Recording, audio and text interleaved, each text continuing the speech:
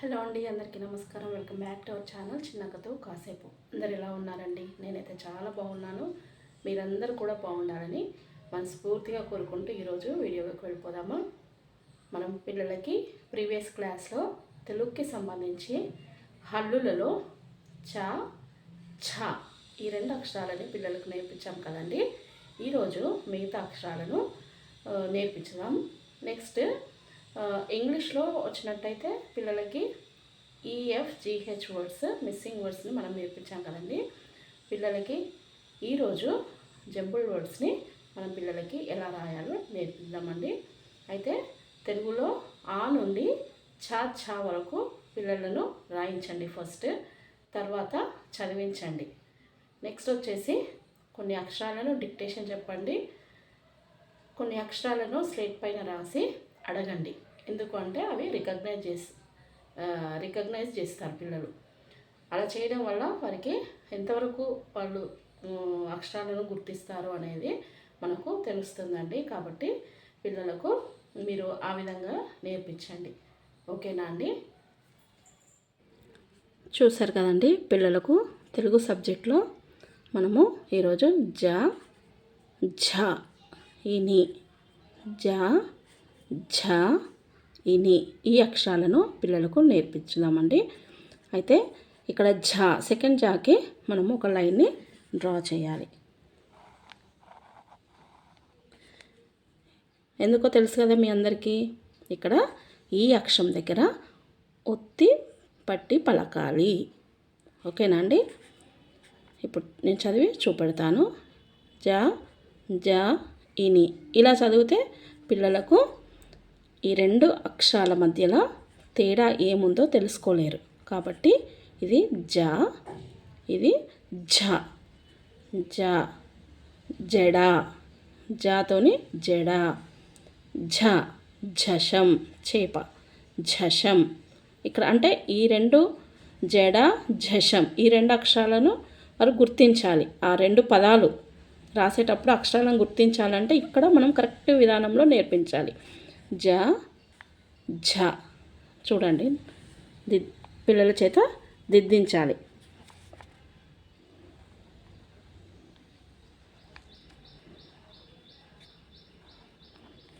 ఝ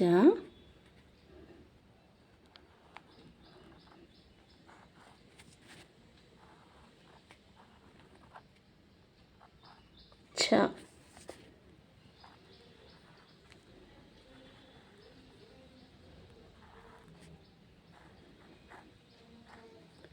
ఇని.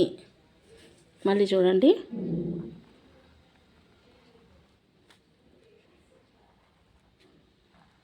ఝ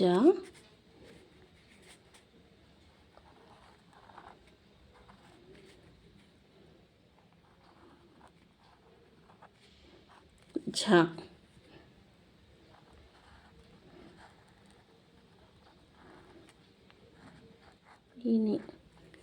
ఈ విధంగా పిల్లల చేత దిద్దించండి. ఝ ఇని. ఇది స్లేట్ పైన దిద్దించండి. స్లేట్ పైన గడులు కొట్టి రాయించండి. నెక్స్ట్ బుక్లో కూడా రాయించండి. ఈ విధంగా ప్రాక్టీస్ చేయించండి.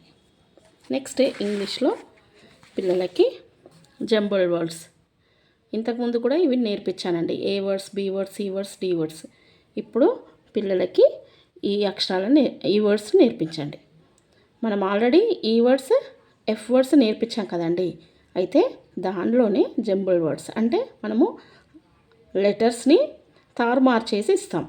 కరెక్ట్గా రాయకుండా ఒక వర్డ్లో ఉన్న అక్షరాలనే లెటర్స్నే తారుమారుగా అటు ఉన్నాయి ఇటు అయిపోయి అటు రాసి మనము చేస్తాం. వాటిని ఆ లెటర్స్ని కరెక్ట్గా చేసి ఒక వర్డ్ని రాయాలి పిల్లలు. ఇప్పుడు చూడండి, వై అంటే ఆల్రెడీ వాళ్ళు చదువుకొని ఉంటారు. ఐ చూడండి,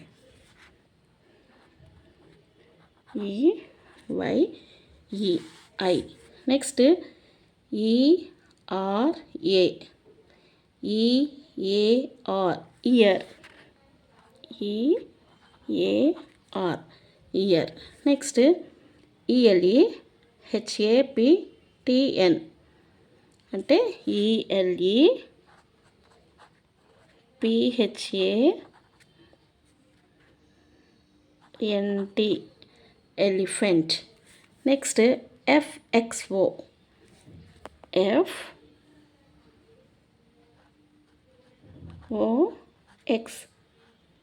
fox. Next FIHS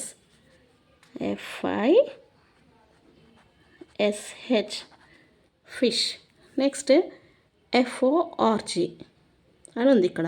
దాన్ని వారు కరెక్టే చేయాలి. FROG frog. అంటే ఇవన్నీ కూడా పిల్లలు స్పెల్లింగ్స్ వస్తేనే రాయగలుగుతారు.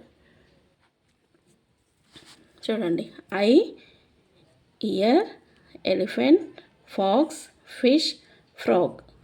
ఇవి ఇలా నేర్పించండి. స్పెల్లింగ్స్ బాగా నేర్పించండి. అవి డైలీ ఏ నుండి మనం ఇప్పటివరకు హెచ్ వర్డ్స్ ఇప్పటివరకు చెప్పాం కదా, అవి డైలీ ప్రాక్టీస్ చేయించండి. ఒక్కరోజు కూడా మీరు పిల్లలకి రాయించకుండా ఉండకండి. ఓకేనా అండి? పిల్లలకు చదువుతో పాటు మనము ప్రతిరోజు ఒక టాపిక్ గురించి కూడా మాట్లాడుకుంటున్నాం కదండి. అయితే ఈరోజు కూడా ఒక టాపిక్ను మీతో షేర్ చేసుకోవాలనుకుంటున్నానండి. అయితే ఇది పిల్లలు ఏంటంటే టీచర్ని రోల్ మోడల్గా తీసుకుంటారు. వారికి నచ్చిన పర్సన్ని రోల్ మోడల్గా తీసుకుంటారు. అయితే మరి కొంతమంది పిల్లలు టీచర్స్నే తీసుకుంటారు. బయటి వ్యక్తులను తీసుకోవచ్చు పిల్లలు రోల్ మోడల్గా, పేరెంట్స్ని తీసుకోవచ్చు. వారికి ఎవరైతే బాగా ఇష్టం ఉంటుందో వాళ్ళని తీసుకుంటారు. అయితే చాలామంది పిల్లలు టీచర్స్ని కూడా తీసుకుంటారు. అయితే అలాంటి పిల్లలు ఎవరైనా సరే పిల్లలు టీచర్స్ని బాగా అబ్జర్వ్ చేస్తుంటారండి. వారి లెసన్ చెప్పే విధానం కానివ్వండి, వారు బోర్డు పైన రాస్తుంటే ఆ రైటింగ్ని కానివ్వండి, ఇలా ప్రతిదీ అబ్జర్వ్ చేస్తారు. వారు వేసుకునే డ్రెస్ని అబ్జర్వ్ చేస్తారు. గర్ల్స్ అయినా బాయ్స్ అయినా వారు రాసే పెన్నును కూడా చూస్తారండి. లాస్ట్కి వాళ్ళు వేసుకునే షూని కూడా అబ్జర్వ్ చేస్తారండి పిల్లలు. శాండిల్స్, షూస్ టీచర్స్ వేసుకుంటారు కదా, అంటే వారికి ఇష్టమైన టీచర్స్ని ఇంకా ఎక్కువగా ప్రతి ఒక్కటి అబ్జర్వ్ చేస్తారు. వారు మాట్లాడే పద్ధతి కానివ్వండి, వారు పిల్లల్ని ఎలా ట్రీట్ చేస్తున్నారు, అది పిల్లలకి ఎక్కువ నచ్చుతూ ఉంటుంది. చెప్పే సబ్జెక్టుని కానివ్వండి, ఇలా ప్రతిదీ కూడా టీచర్ని అబ్జర్వ్ చేస్తుంటారు. ఆ టీచర్ లాగా చెయ్యాలి అని అనుకుంటారు. వారు వేసుకునే డ్రెస్లా ఆ టైప్లో పిల్లలు కూడా వేసుకోవాలి అని అనుకుంటారు. అయితే అలాంటి పిల్లలు ఏ పిల్లలైనా సరే పిల్లలు టీచర్స్ని చాలా అబ్జర్వ్ చేస్తారు. టీచర్స్ మీద ఒక రెస్పెక్ట్ అనేది పిల్లలకు ఖచ్చితంగా ఉంటుంది. అంటే రేపు మరి సెప్టెంబర్ 5 టీచర్స్ డే కదండి. మరి దాని గురించి నేను చెప్తున్నాను. టీచర్స్ గురించి ఈరోజు నేను ఎందుకు చెప్తున్నానంటే, రేపు సెప్టెంబర్ 5 టీచర్స్ డే. మరి టీచర్స్ డేకి పిల్లల్ని మీరు ముందే ప్రిపేర్ చేయండి. టీచర్స్కి విష్ చేయడం కానివ్వండి, టీచర్స్ని స్కూల్కి అటెండ్ అయ్యి టీచర్స్కి విష్ చేసి, మీరు అసలు పిల్లలకి ఎందుకు టీచర్స్ అంటే ఏ సబ్జెక్ట్ టీచర్ ఇష్టము, మరి ఆ టీచర్ని ఎందుకు ఇష్టమో వారికి ఒక చిన్న గ్రీటింగ్ కార్డ్ పైన రాసి టీచర్స్కి ఇవ్వడము, చిన్న పెన్ను గిఫ్ట్గా ఇవ్వడం. ఆ గిఫ్ట్ అనేది ఏదో చాలా డబ్బులు పెట్టి ఇవ్వాలి అనేది కాదు. అది 1 రూపీ పెన్ అయినా కానివ్వండి, 3 రూపీస్ పెన్ అయినా కానివ్వండి, టీచర్స్కి అలా ఇచ్చినప్పుడు దాని పిల్లల నుండి వారు తీసుకున్నప్పుడు అది వారికి ఎంతో హ్యాపీనెస్ ఉంటుందండి. ఏ టీచర్ అయినా ప్రతి టీచర్ కూడా పిల్లలకు వారికి వచ్చిన దాన్ని కాదండి, ఇంకా వారికి కొత్తగా తెలుసుకొనైనా పిల్లలకి ఆ నాలెడ్జ్ని షేర్ చేయాలనుకుంటారు టీచర్స్. ఆ టీచర్స్ పిల్లలకి అలా నాలెడ్జ్ని షేర్ చేస్తారు. ప్రతి టీచర్ అంతే ఉంటారండి. ఎక్కడో ఒకరు ఇద్దరుని అలాంటి వాళ్ళని మనం పట్టించుకోవద్దు, కానీ 99% టీచర్స్ పిల్లలకి వాళ్ళ నాలెడ్జ్ని షేర్ చేయాలి, పిల్లలకి చెప్పాలని అనుకుంటారు. కొవ్వొత్తి తాను కరిగిపోతూ వెలుగునిస్తుంది కదండి, అలాగే టీచర్ కూడా అంతే. తన నాలెడ్జ్ని అంతా కూడా పిల్లలకి ఇవ్వాలి, తన నుండి అంతా ఇంకా దాన్ని రీసెర్చ్ చేస్తూ ఉంటారు. ఇంకా ఎక్కడ పిల్లలకి ఇంకా ఏం చెప్పాలి, ఓన్లీ ఎడ్యుకేషన్ కాదు, దాంతోపాటు ఇంకా ఏం చెప్పాలి, వాళ్ళకి ఎక్స్ట్రా ఇన్ఫర్మేషన్ అనేది ఎలా ఇవ్వాలి పిల్లలకు అనేది టీచర్స్ ఎప్పుడు ఆ సర్చింగ్లోనే ఉంటారు.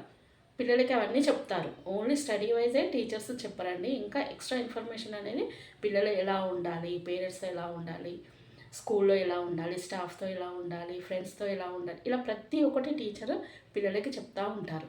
ఎలా చదవాలి, మీరు మంచిగా చదివితే లైఫ్లో ఎలా ఉంటారు, ఇవన్నీ కూడా టీచర్స్ పిల్లలతో చెప్తూ ఉంటారు కదండి. మరి అలాంటి టీచర్స్కి మనం ఏ విధంగా రెస్పెక్ట్ ఇవ్వాలి అనేది పిల్లలకు మనం నేర్పించాలండి. పిల్లలు టీచర్స్ని చూసి రెస్పెక్ట్ ఇవ్వాలి, ఖచ్చితంగా విష్ చేయాలి. ఇది ఒక్కరోజు టీచర్స్ డే ఒక్కటే రోజు చేస్తే సరిపోతుందా అంటే సరిపోదండి. ఇది ప్రతిరోజు వారి లైఫ్ లాంగ్ వాళ్ళు టీచర్స్ని గుర్తుపెట్టుకోవాల్సిందే. కానీ మనకు ఈ అవకాశం ఒక రోజు అంటూ వస్తుంది. ఇప్పుడు మనము బర్త్డే చేసుకుంటాము, మ్యారేజ్ డేస్ చేసుకుంటాము. అవి ఎలానో టీచర్స్కి కూడా ఒక డే ఉంది. మనము 1 ఇయర్ మొత్తం కూడా టీచర్స్ గురించి ఊరికే చెప్పలేము కదా. అది అవకాశం ఒక రోజు మనకు వస్తుంది. అదే రోజు 5th సెప్టెంబర్. ఆ రోజు పిల్లలకి టీచర్స్ గురించి స్పీచ్ ఇవ్వడం కానివ్వండి, అది తెలుగులో అయినా సరే, ఇంగ్లీష్లో అయినా సరే, తమ భావాలను టీచర్స్ పట్ల ఉన్న రెస్పెక్ట్ని ఏ విధంగా చెప్పాలి, బయటికి కూడా ఎక్స్పోజ్ చేయాలి కదా, మరి టీచర్స్కి తెలియాలి కదా. కాబట్టి ఆ రకంగా పిల్లలకు మనము ఇంట్లోనే ఫస్ట్ నేర్పించి ఆ పిల్లలను ఆ రోజు పంపించాలండి. చిన్న గిఫ్ట్, ఒక ఫ్లవర్ ఇచ్చైనా సరే, టీచర్స్ ఏం కోరుకోరు, స్టూడెంట్ నుండి గిఫ్ట్స్ ఏం ఆశించరు. కానీ మనము పిల్లల చేత అలా ఇచ్చినప్పుడు వరకు అది ఒక హ్యాపీనెస్ అనేది టీచర్స్కి ఉంటుంది. టీచర్స్కి విష్ చేయాలి. చిన్న గిఫ్ట్, అది ఫ్లవరే కానివ్వండి, ఒక చాక్లెటే కానివ్వండి. అంటే కొంతమంది పేరెంట్స్ అనుకుంటారు, మేము అంత డబ్బులు పెట్టాలా టీచర్స్కి, వాళ్ళకి శాలరీస్ వస్తలేవా, అలా అనుకునే వాళ్ళు కూడా ఉంటారు పేరెంట్స్.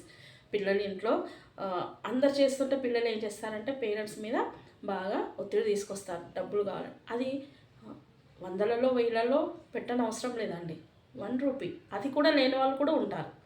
అలాంటి వారి గురించి కూడా నేను మాట్లాడట్లేదు. వాళ్ళు ఒక ఫ్లవర్ లేదు, ఇవన్నీ కాదు. టీచర్స్ గురించి ఒక మంచి మాట, మనకు నచ్చిన టీచర్స్ గురించి చెప్పడం, ఇది కూడా లేదు. టీచర్స్కి స్కూల్లో నచ్చినట్టుగా ఒక మంచి బెస్ట్ స్టూడెంట్గా ఉండడం, ఒక గుడ్ స్టూడెంట్ ఎలా ఉంటారు అనేది అలా బిహేవ్ చేయడం స్కూల్లో, అలా ఉన్న టీచర్స్కి గిఫ్ట్ ఇచ్చినట్టే లెక్కండి. కాబట్టి పేరెంట్స్ పిల్లలను అలా ప్రిపేర్ చేయాలి. టీచర్స్ అంటే రెస్పెక్ట్ ఉండేటట్టు చూడాలి. ఎందుకంటే టీచర్స్ ఎంతో కష్టపడి క్లాస్ రూమ్లోకి వస్తారు. వాళ్ళు ఎంతో ప్రిపేర్ అయితేనే కానీ క్లాస్లో చెప్పలేరు, మాట్లాడలేరు. కాబట్టి వారు ఎంతో ప్రిపరేషన్, దీనికి ఒక లెసన్ చెప్పాలంటే దాని వెనక వారు ఎంతో ప్రిపేర్ అవుతూ ఉంటారు. కాబట్టి ఆ హార్డ్ వర్క్ చేసే టీచర్స్ వస్తారు, అలా వచ్చే మనకి క్లాస్లో లెసన్ చెప్తారు. కాబట్టి అలాంటి టీచర్స్ని మనం కూడా అంతే రెస్పెక్ట్ ఇవ్వాలి. వాళ్ళు పడిన కష్టం అంతా కూడా పిల్లలకి ఆ లెసన్ చెప్పి వాళ్ళకి మంచి మార్క్స్ వచ్చినప్పుడు టీచర్స్ అవన్నీ మర్చిపోతారు. వారి ఫ్యామిలీస్ ఉంటాయి, వాళ్ళ పిల్లలు అన్నీ కూడా వదిలేసి పిల్లల కొరకు వారు హార్డ్ వర్క్ చేస్తారు. శాలరీస్ తీసుకుంటారు, ఎందుకంటే వాళ్ళ లైఫ్ని లీడ్ చేయడానికి కూడా వాళ్ళకి డబ్బులు కావాలి. అట్ ది సేమ్ టైం వారు ఎంత నాలెడ్జ్ ఇవ్వాలో అంతే ఇస్తే సరిపోతుంది. కానీ అది కాదండి, వాళ్ళు ఎక్స్ట్రా నాలెడ్జ్ని పిల్లలకి ఇస్తూ ఉంటారు. పిల్లలు ఫిజికల్గా, మెంటల్గా గ్రోత్ ఉండడానికి వారు ఎంతో హెల్ప్ చేస్తారు టీచర్స్. ఓన్లీ ఎడ్యుకేషన్ అంటే చదువు చెప్పడమే కాదు, ఇంకా వాళ్ళు మానసికంగా, శారీరకంగా దృఢంగా ఉండడానికి వారు ఎన్నో సలహాలు, సూచనలు ఇస్తూ ఉంటారు. కాబట్టి అలాంటి టీచర్స్ని మనం ఎప్పుడూ మర్చిపోవద్దు. మీరు పేరెంట్స్, టీచర్స్ పిల్లలకి ఇవన్నీ చెప్పండి. రేపు 5th సెప్టెంబర్ రోజు పిల్లలు ఒక చిన్న గ్రీటింగ్ కార్డ్ పైన పిల్లలు టీచర్ అంటే ఎందుకు ఇష్టం అది రాయించండి. మీ హెల్ప్ చేయండి పిల్లలకి. ప్రైమరీ స్టేజే నేను మాట్లాడుతున్నాను కాబట్టి వారికి మన హెల్ప్ అనేది చాలా అవసరం ఉంటుంది. అలా మీరు చేసి పిల్లలకు నేర్పించండి. మన ఇంట్లో ఏ ఫ్లవర్ అయినా పర్లేదండి, టీచర్స్కి తీసుకెళ్ళి ఇచ్చేలాగున. పెద్ద పెద్ద గిఫ్ట్స్ ఇవ్వమని నేను చెప్పట్లేదు. మీకున్న దాంట్లో వాళ్ళకి అందరు టీచర్స్ ఇష్టమే ఉంటుంది, కానీ పిల్లలకి ఎవరో ఒకరంటే ఇంకా చాలా ఇష్టం ఉంటుంది. కాబట్టి ప్రతి టీచర్ని అలానే రెస్పెక్ట్ చేయాలి, ట్రీట్ చేయాలి, అలానే చేయాలి. అయితే అందరికీ పిల్లలు ఇవ్వలేరు కాబట్టి వారికి నచ్చిన టీచర్ గురించి రాయడం కానివ్వండి, చెప్పడం కానివ్వండి, అలా చేసేటట్టుగా పిల్లలను మీరు ఎంకరేజ్ చేయండి. అలాంటి మాటల్ని పిల్లలకు చెప్పండి. ఓకేనా అండి? మరి నా వీడియో నచ్చినట్టయితే మీరు లైక్ చేయండి, షేర్ చేయండి, కామెంట్ చేయండి, సబ్స్క్రైబ్ చేయడం మాత్రం మర్చిపోకండి. మరొక మంచి టాపిక్తో మరొక మంచి వీడియోతో మీ ముందు ఉంటానండి. ఓకేనండి, బాయ్.